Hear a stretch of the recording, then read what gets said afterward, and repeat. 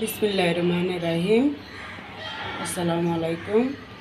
আমি লাউ শাক দিয়ে আজকে 5-6 ধরনের শুটকি দিয়ে রান্না করব। কিভাবে রান্না করি এটা আপনারা দেখুন। এই যে দেখুন, প্রথমে কড়াইতে সরষের তেল দিয়ে দিলাম। এই যে দেখুন, আমি লাউ শাক আর সাথে একটা আলু দিছি। লাউ শাক আর আলু রান্নার জন্য এই শুটকিগুলো দিয়ে আমি রান্না করব। তাই আগে শুটকি, 3টা রসুন কোয়া আর একটুখানি পেঁয়াজ, এগুলো আগে একটু ভাজা করে নেব।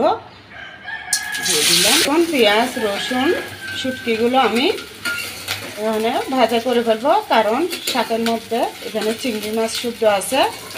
কারণ শাকের মধ্যে এরকম ছোটো কাঁটা লাগিয়ে দিলে খাইতে একটু আনিজি লাগে, কষ্ট হয়।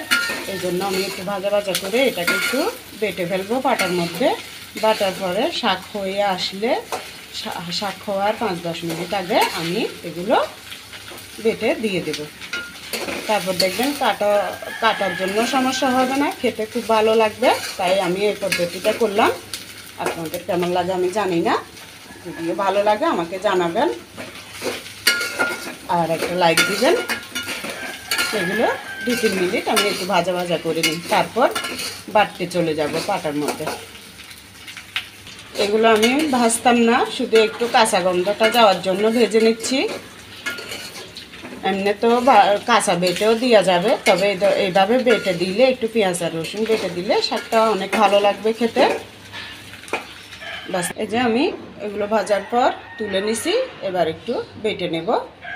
এখন লাউ শাকের জন্য আমি এখানে সর্ষে আর ফুটকা মরিচ অর্ধেক, মানে রাঙা ওই ঝালমরিচগুলো ফুটকা মরিচ অর্ধেক দিয়ে বেটে নিছি সর্ষে। তা এরপর এই যে শুটকিগুলো বেটে নেব।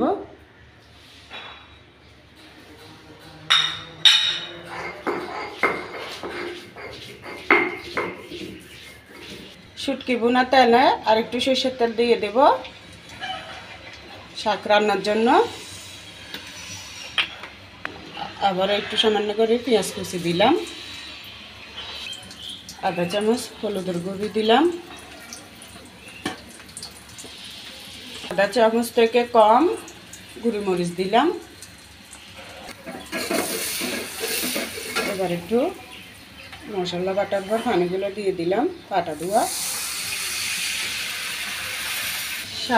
শাকের আন্দাজ অনুযায়ী লবণ দিলাম।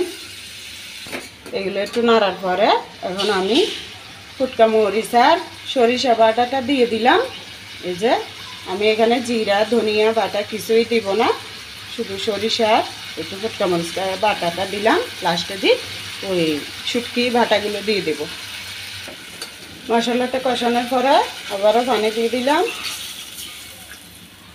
এবার ধোয়া শাকগুলো দিয়ে দেব।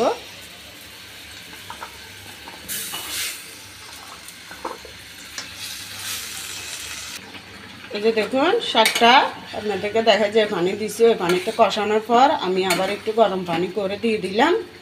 বাস, একটুটুকুর মধ্যে আর দেবো না। এখন আমি ওই শুটকি, পেঁয়াজ, রসুন বাটা এগুলো দিয়ে দেব।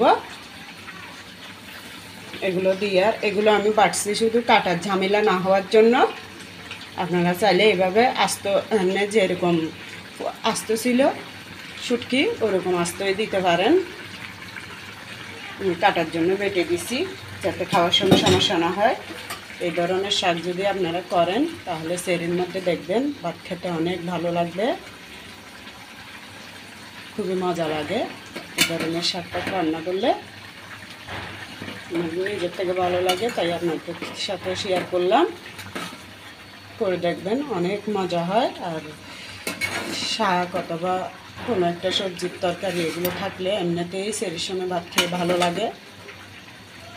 দেখবেন মাছ মাংসের থেকেও এই ধরনের শাক, একটু ভাজি অথবা নিরামিষ সবজি এগুলো থাকলে সেরির সময় খুবই ভালো লাগে ভাত খেতে। এটা আমি আর এভাবে 5 মিনিট রান্না করব, এরপরে নামাই ফেলতে পারবো। এই যে দেখুন, আমার শাকটা হয়ে গেছে। আমি আজকে টমেটোও দিলাম না, ধনিয়া পাতাও দিলাম না, এভাবে রাখবো। আর ঝোলটা কমাবো না, এতটুকু থাকবে। কারণ এটা আবার সেরির সময় খাওয়ার সময় গরম করলে আরও ঝোল কমে যাবে। তাই এই শাকটা আজকে রান্না করছি। আপনাদের কেমন লাগছে আমাকে কমেন্ট করে জানাবেন। সবাই ভালো থাকবেন। আল্লাহ হাফেজ। আসসালামু আলাইকুম।